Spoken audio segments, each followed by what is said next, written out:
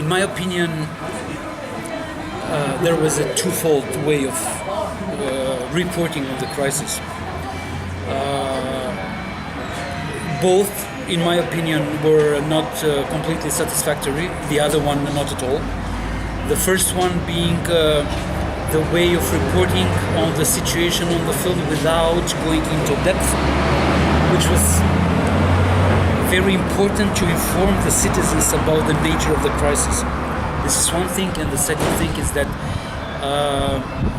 citizens were in a way deprived on the knowledge that media were due to actually give to them on the international human rights standards, the international refugee law, which means the obligations of the states in the region and especially in Macedonia, because Macedonia as a member country of the UN and signatory of the signature party of the UN Convention on Refugees was obliged to follow, actually. This knowledge was needed for the citizens in view to make a difference about what is the obligation of the state and what are the shortfalls of the international community in following the international human rights standards on the issue in this field.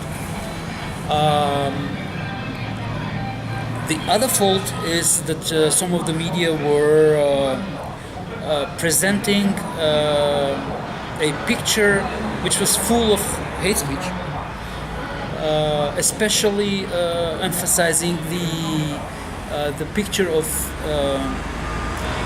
refugees transiting Macedonia as an obvious threat for the country, like terrorist threat, like demographic threat, and even going to some vulgar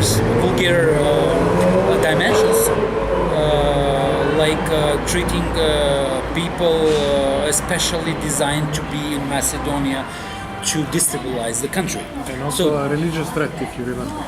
The religious threat goes with this terrorist, etc. Threat, because the motif of those so-called terrorists would be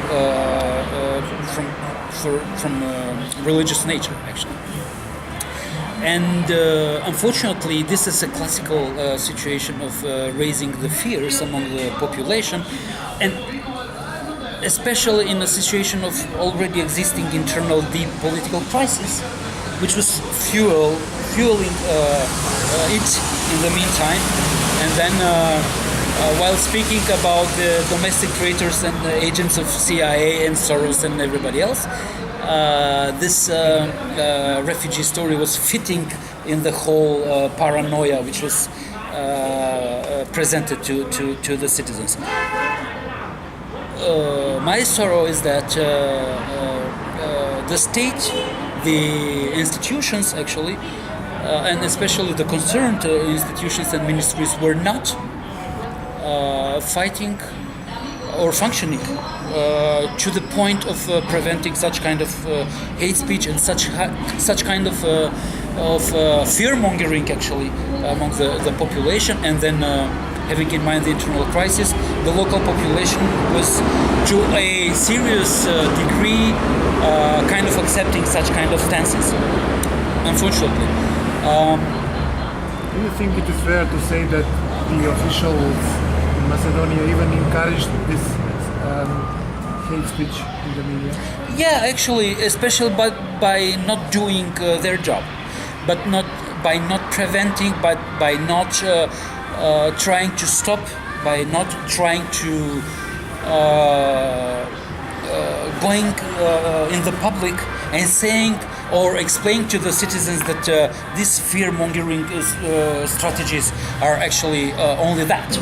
Strategies which are against actually the national interest of Macedonia, because demonizing the refugees in such a degree, especially those, most of them actually transiting Macedonia and speaking all the time openly that they do not intend to stay in Macedonia. And having in mind the figures and the facts from the field that many hundreds of thousands of people transited Macedonia, and we have less than 100 people asking for asylum, shows that all those fear-mongering strategies are actually only fueling the internal political crisis and nothing else. Is the fact that there were also cases of demonizing NGO activists and human rights activists dealing with refugees, labeling them like traitors, agents, even terrorists. And nobody from the institutions took any step against such kind of labeling. Shows that implicitly the government or some parts of the government were encouraging this approach of those mainly pro-governmental media. Odlično.